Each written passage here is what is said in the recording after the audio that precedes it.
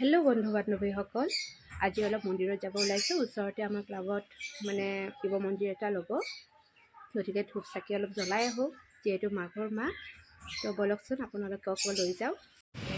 তো এয়া মন্দিৰ পালোঁ আহি, গেটখন ধুনীয়াকৈ সজাইছে। এতিয়া বিবাহ ভৱনো হয়, বিবাহ ভৱনৰ কাষতে তাৰমানে মন্দিৰ এটা ধুনীয়াকৈ বনালে, শিৱ মন্দিৰ। এতিয়া পূজা হৈ আছে।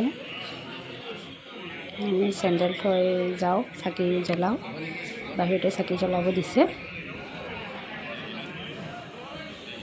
খুব ধুনীয়াকৈ কৰিছে। এতিয়া আমি বৌ আৰু মই চাকি জ্বলাওঁ, দাদাক কেমেৰাটো ধৰিব দিলোঁ। ইয়াতে চাকিখিনি জ্বলাই আছে, ইয়াতে চবে।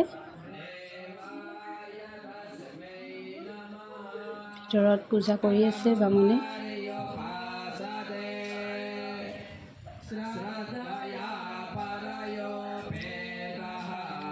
ইয়াতে বিয়াও হয়, বিয়া ভৱন হয় এইটো। আমি দুজনীয়ে চাকি জ্বলাই আছোঁ, যিহেতু মাঘৰ মাহ। মন্দিৰত আহিলে মনটো বহুত ভাল লাগে, গতিকে আমিও আহি আজি চাকি জ্বলালোঁ, খুব ভাল লাগিলে।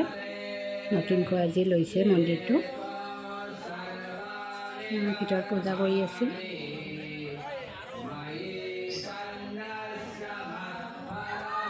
ইফালে শ্লোক মন্ত্ৰ গাই আছে। আৰু ইয়াৰ মন্দিৰৰ ভিতৰখনি বামুণে পূজা কৰি আছে। খুব ধুনীয়াকৈ বনাইছে। পূজাৰ সকলোখিনি সামগ্ৰী এনেকৈ ধুনীয়াকৈ কৰি থৈছে। আৰু ইয়াতে পায়স বনাই আছে। মই ধূপ ঘূৰাই মন্দিৰটো চাৰিপিনে আহি আছোঁ। ভালদৰে সেৱা কৰি লওঁ।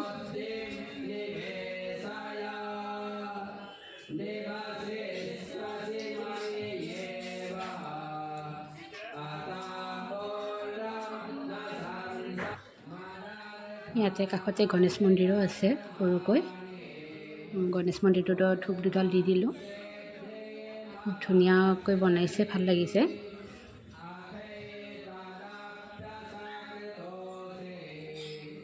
মানুহ বহুত হৈছে, আহি আছে, চবে চাকি জ্বলাব আহিছে।